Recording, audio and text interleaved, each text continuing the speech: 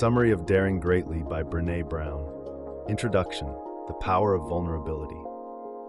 Brené Brown's Daring Greatly is a book about courage, shame, and the power of vulnerability.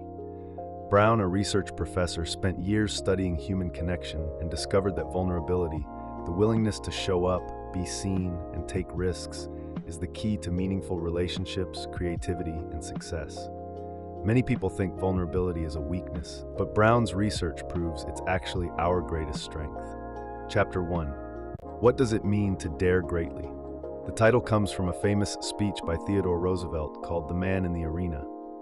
It's about the courage to try, even if you might fail. Brown explains that daring greatly means stepping into the arena of life, taking risks, and being open about who you are, flaws and all. Most people avoid vulnerability because they fear judgment, failure, or not being good enough. But Brown argues that without vulnerability, we can't truly connect with others or live wholeheartedly. Chapter 2. Understanding vulnerability. Vulnerability is about uncertainty, risk, and emotional exposure. It's asking someone out, starting a new business, admitting a mistake, or saying, "I love you" first. Many of us avoid vulnerability because we associate it with weakness. We armor up by pretending to be perfect, numbing our emotions, or avoiding risks to protect ourselves from shame and criticism. But Brown's research shows that the people who embrace vulnerability are happier, more creative, and more resilient. Chapter 3. The Role of Shame. Shame is the fear of not being good enough, the voice that says, "Who do you think you are?" or "You'll never succeed." Unlike guilt, "I did something bad," shame is "I am bad." Brown explains that shame thrives in secrecy and silence. The only way to overcome it is to talk about it, recognize that everyone feels it, and practice self-compassion. People who resist shame are those who believe they are worthy of love and belonging, even when they fail. Chapter 4. The Myth of Never Enough. Many of us struggle with scarcity mindset, the belief that we're never good enough, smart enough, or successful enough. Society reinforces this by telling us to be perfect, hustle harder, and hide our struggles. Brown calls this the never enough culture. The antidote is wholehearted living, embracing our imperfections, setting boundaries, and letting go of what others think. Chapter 5. How we armor ourselves. To avoid vulnerability, people use emotional armor, perfectionism, trying to be flawless to avoid judgment. Numbing, using distractions, work, social media, alcohol to avoid difficult emotions. Foreboding joy, sabotaging happiness because we fear it won't last.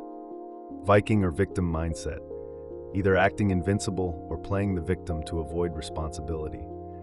Brown explains that these coping mechanisms actually make us feel more disconnected and unhappy. Chapter 6. Vulnerability in relationships. True connection requires vulnerability. Many relationships fail because people fear rejection or disappointment.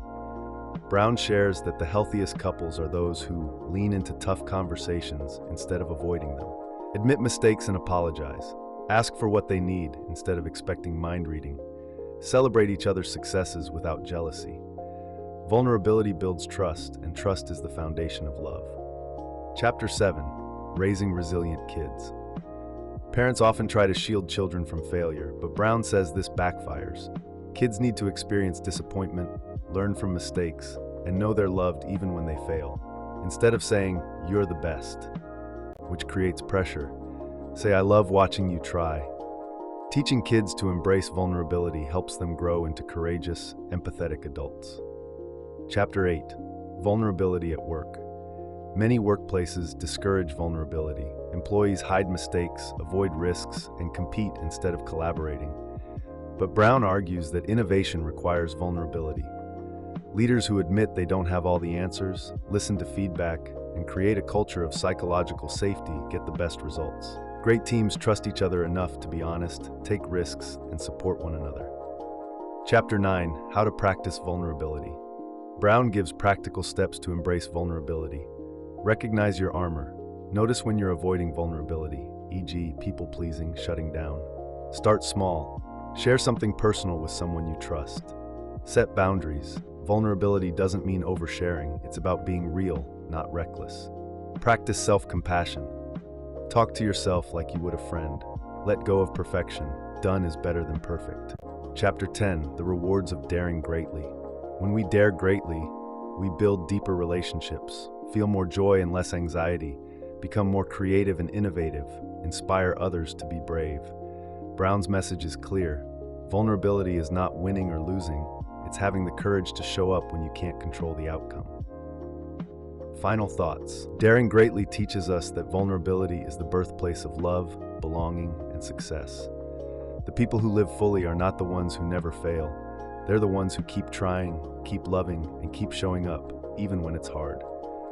The book's biggest lesson? You are enough, just as you are. Thanks for your time. See you later.